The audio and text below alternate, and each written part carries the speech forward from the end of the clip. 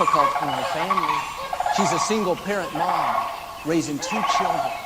After 2 years, she was cleared to go back to work.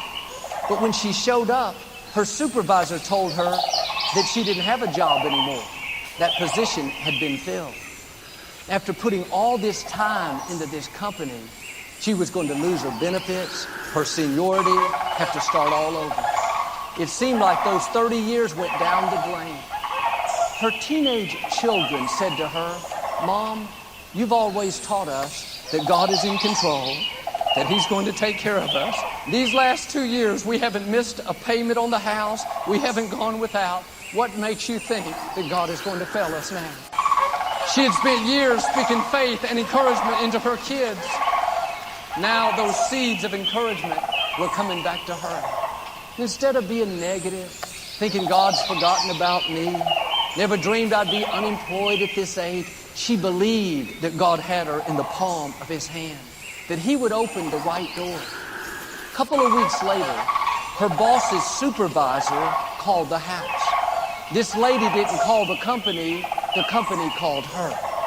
This boss, this Samuel, so to speak, said, "I'm just checking with you, wondering when you'll be able to come back to work." The lady was puzzled and said, "What do you mean? I came back. They told me I don't have a job." She said, "Are you kidding? Of course you do. You come see me. You can start tomorrow." What was that? She got called into the house. Samuel came looking for her. Friends, God knows how to vindicate you.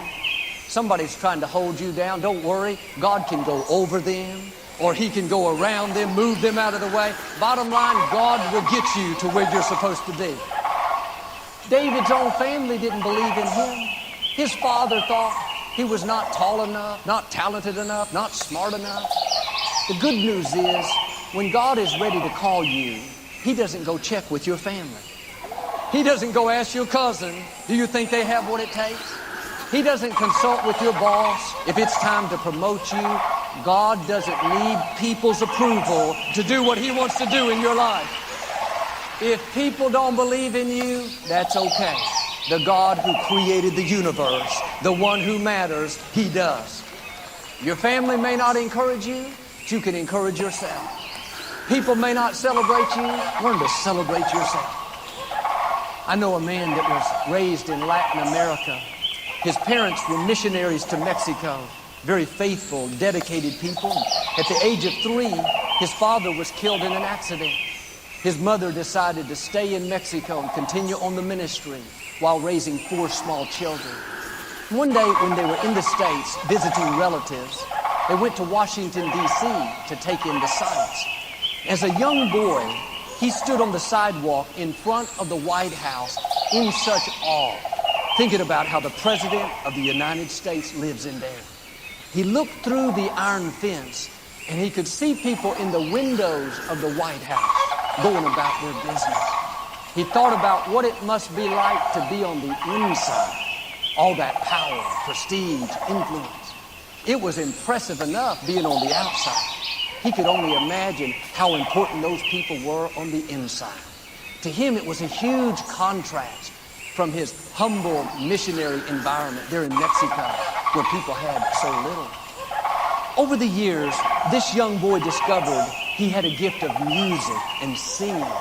He could write incredible songs and play the piano. He became a well-known worship leader in Latin America, holding concerts with thousands of people. A while back, he was invited to the White House to sing for the president at an official state dinner.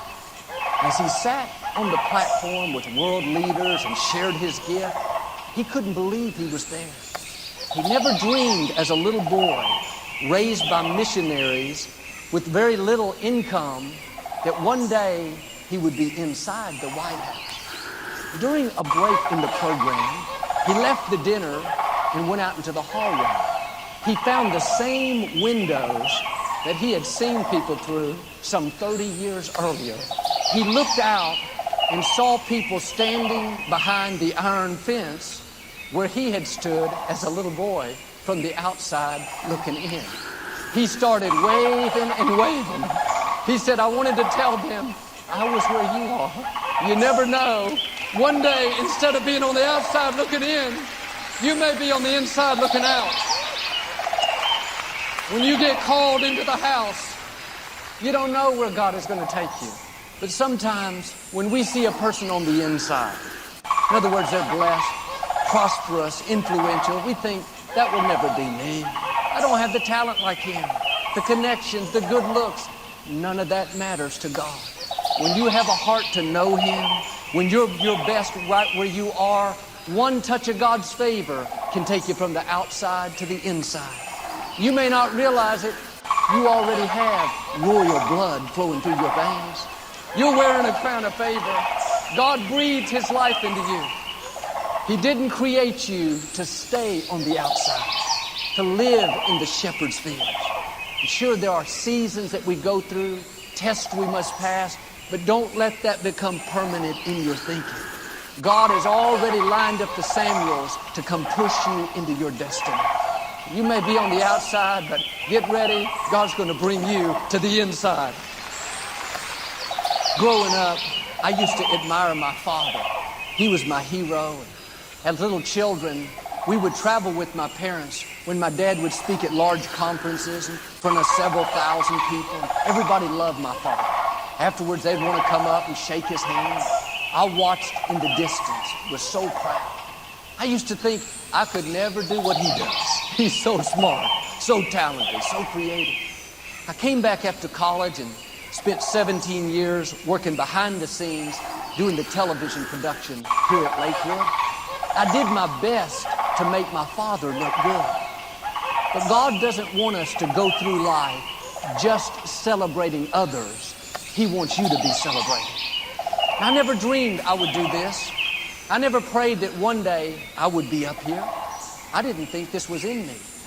But when Daddy went to be with the Lord in 1999, I got called into the house.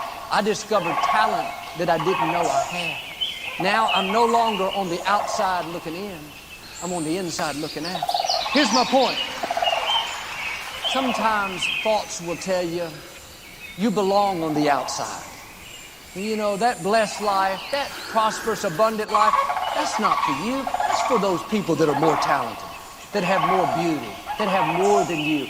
Don't believe those lies. You didn't get left out. You weren't shortchanged. God put greatness in you. There are gifts and talents you've not yet tapped into. There are new levels in your future. Keep being faithful. Like David, your time is coming. You're going to be called into the house. My friend John here on the front row ran camera for us at Lakewood for over 20 years.